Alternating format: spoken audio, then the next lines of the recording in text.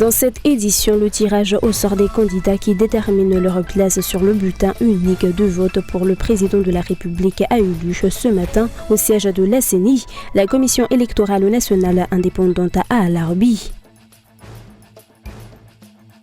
Les agents du ministère de l'économie et des finances seront en grève pendant 1 heure, soit de 11h à midi ce vendredi 15 septembre, en guise de protestation contre l'absence de réponse des responsables concernant des demandes qu'ils ont fournies en 2019.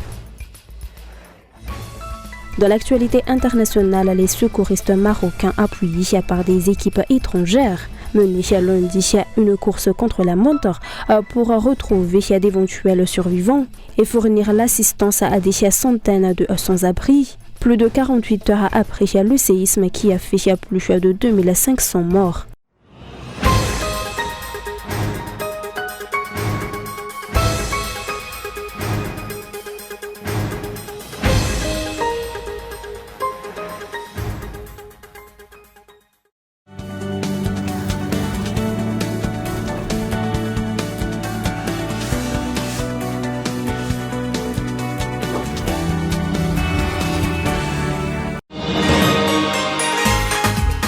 Manahirana mihitsy ny manenjika sy manolo-kosy ny zaza rehefa izy mipelipelika be iny. Lasa mora sy mahafinaritra andray nefa izany hatramin'izay nampiasako ny kosy kilaoty Molfix izay. Rovitika, alako ary ampidiriko indray ny vaovao. Avaliko tsara ilay kosy teo aloha dia ariko avy eo. Samy faly ery izaho sy ireo zanako. Dia tahaka izany ny faritany hafaliana rehefa miaraka amin'ny Molfix. Ho antsika mamamo rehetra, andao mampiasa kosy kilaoty Molfix ho an'ny zalantsika mba hitondra fifaliana hatrany. Molfix, mitombo am-pifaliana.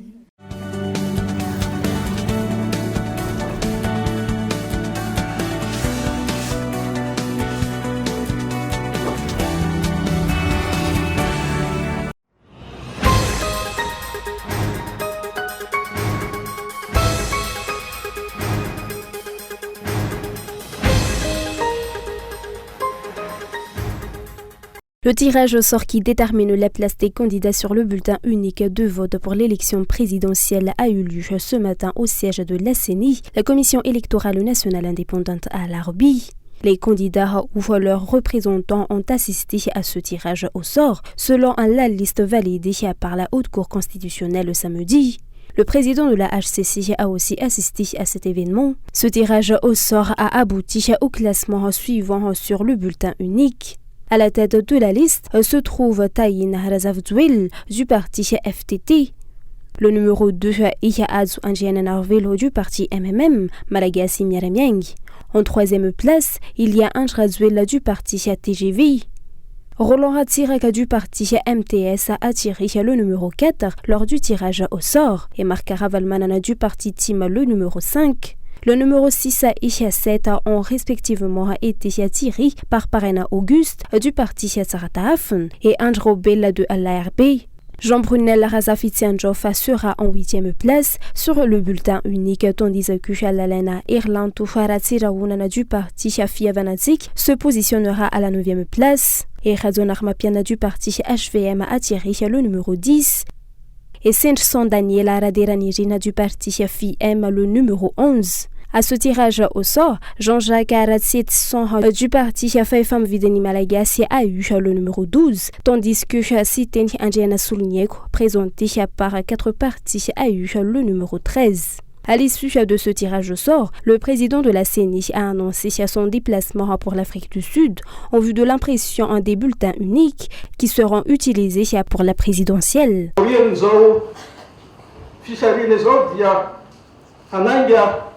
À l'issue de ce tirage au sort, je vais me rendre en Afrique du Sud à la tête d'une délégation afin d'organiser avec les imprimeurs l'impression du bulletin unique de vote et le renvoi dans les temps voulus. Ce ne sera qu'une première mission, car d'autres suivront, afin de mettre au point les travaux d'impression ainsi que l'empaquetage de ces bulletins en fonction du nombre et de la localisation des bureaux de vote. Nous lançons un appel aux candidats pour qu'ils désignent leurs représentants qui suivront avec nous le déroulement du processus électoral.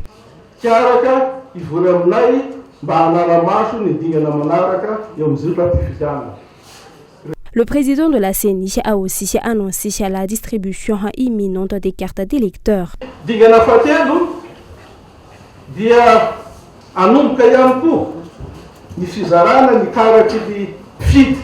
La distribution des cartes d'électeurs va aussi commencer au niveau des Fonkontane. Pour ce faire, une organisation a été mise en place. Les agents électoraux et les responsables d'un Fonkontane distribueront ces cartes en faisant du porte-à-porte. Les numéros des candidats tels qu'ils sont été tirés au tirage au sort aujourd'hui seront utilisés lors des premiers et deuxièmes tours de l'élection comme le prévoit la loi. Le coup d'envoi de la campagne électorale sera donné le 10 octobre prochain. Cette campagne sera clôturée le 8 novembre en ce qui concerne le premier tour.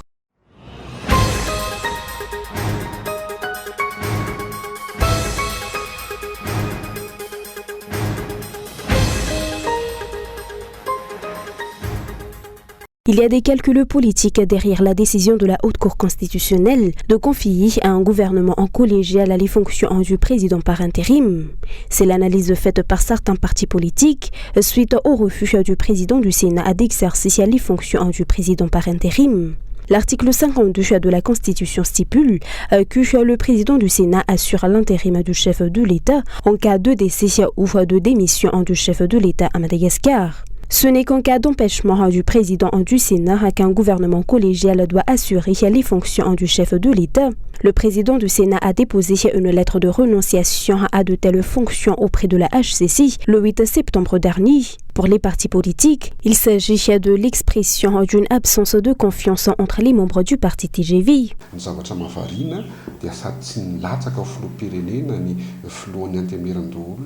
Vu que le président du Sénat ne s'est pas porté candidat et qu'il est sain de corps et d'esprit, on se pose la question de savoir pourquoi on a institué un gouvernement collégial. Le président du Sénat, Irnien Arazaf Maïf, est issu du parti TGV. Il est un TGV authentique. En tant que politicien, n'a-t-il pas répondu à certaines conditions? N'a-t-il pas fait assez d'ouverture en tant que politicien? La lecture que l'on fait de cette situation est qu'elle est sous-tendue par des calculs politiques pour qu'il n'y ait pas de retournement de veste brusque que peut faire le président du Sénat envers celui à qui il va succéder et qui se présente à l'élection. En ce qui nous concerne, il s'agit là d'une violation de la Constitution, alors que les décisions d'une haute cour constitutionnelle sont irrévocables.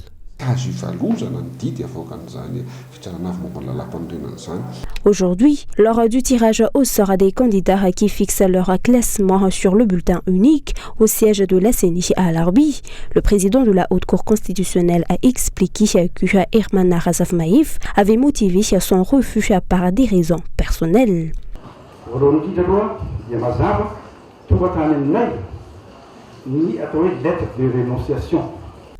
Nous avons reçu une lettre de rénonciation selon laquelle, pour des raisons personnelles, le président du Sénat ne pouvait pas assumer les fonctions de président par intérim.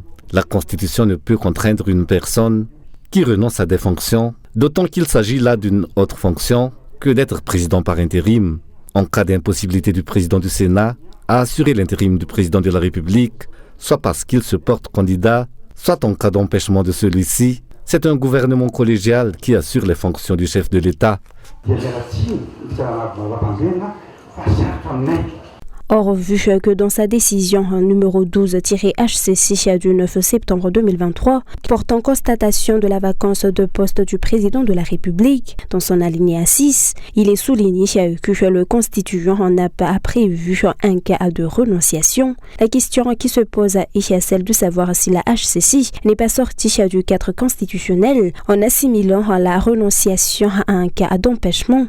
Par ailleurs, quelques jours avant la démission du président de la République, le Premier ministre a demandé l'avis de la HCC sur le pouvoir du chef de l'État par intérim, sur la nomination et ou l'abrogation d'un ministre. Pour les analystes politiques, cette démarche du Premier ministre présage une préparation du chef du gouvernement à assurer la direction d'un gouvernement collégial. Rien ne laissait à prévoir en effet à la décision du président du Sénat à renoncer à l'intérim du président de la République, vu ses déclarations sur le plateau d'une télévision réunionnaise en août dernier. Oui, effectivement, comme vous le dites, probablement il sera candidat donc début septembre, et le 9 septembre. Il devrait démissionner, donc c'est d'après la Constitution, et c'est le président du Sénat qui devrait assurer l'intérim. La situation interpelle vu que cela fait 5 ans que le Premier ministre actuel, Christian, occupe ses fonctions malgré une tentative de motion de censure déposée par 105 députés de l'IRD et du TIM en décembre 2022 et qui a été déjouée. Il se trouve à nouveau à la tête d'un gouvernement collégial ayant réussi à bouter hors du jeu le président du Sénat d'après les explications reçues.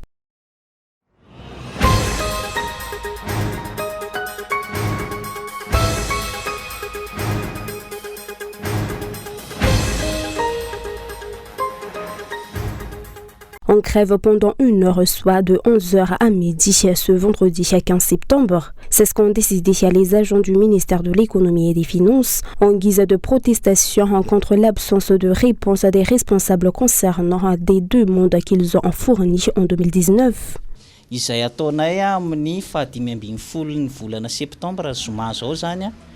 Lors de notre assemblée générale, nous avons prévu de débrayer pendant 1 heure de 11h à midi le vendredi 15 septembre. Nous appelons tous les agents du ministère des Finances et de l'économie de tout le pays à se joindre à cette manifestation. Les différents responsables des directions générales ont envoyé une lettre selon laquelle le ministère travaille du lundi au vendredi de 8h à 16h. Il est clair que c'est en temps normal, mais vendredi, ce sera différent. Les différentes hiérarchies ont déjà été avisées.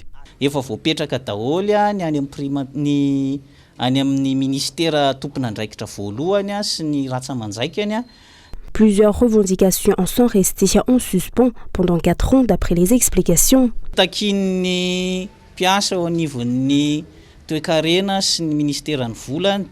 Nous exigeons la sortie du statut général des agents publics auquel le Premier ministre n'a pas donné suite depuis 3 mois. Il y a aussi l'intégration des agents de l'État non permanents, mais qui ont rempli plusieurs années de service et qui peuvent devenir permanents. Leur situation est bloquée depuis 2019. Il y a par ailleurs l'obtention de distinctions honorifiques en suspension depuis 2019. On ne comprend pas ce blocage, alors que les régimes qui se sont succédés depuis 1960 ont toujours donné des distinctions honorifiques à ceux qui le méritent. Les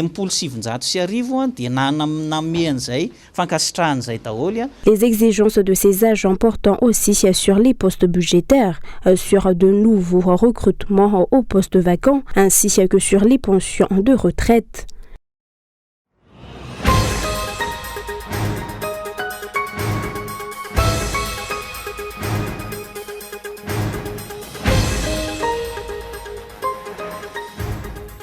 La délivrance de nouveaux agréments de comptoir de l'or est autorisée, d'après le Conseil des ministres le 8 septembre dernier. Pour l'État, la mise en place de comptoirs de l'or est une étape importante dans la formalisation du secteur aurifère. Mais cela n'empêche pas les exportations clandestines, d'après les économistes. Les comptoirs de l'or, je ne pense pas que le comptoir de l'or va stopper les trafics. Il va peut-être le réduire. Les trafiquants utilisent 2 voies de sortie de Madagascar, les ports et les aéroports. C'est la volonté politique qui fait défaut, car il est facile de procéder à des contrôles. Les richesses, mais surtout l'or, continue à sortir illicitement du pays. Cela veut dire que ce sont les responsables directs ou indirects de ce contrôle qui s'adonnent aux exportations clandestines d'or. Plusieurs points doivent faire l'objet d'études rigoureuses pour maîtriser les exportations illicites d'or. La priorité étant le renforcement du contrôle au niveau des aéroports.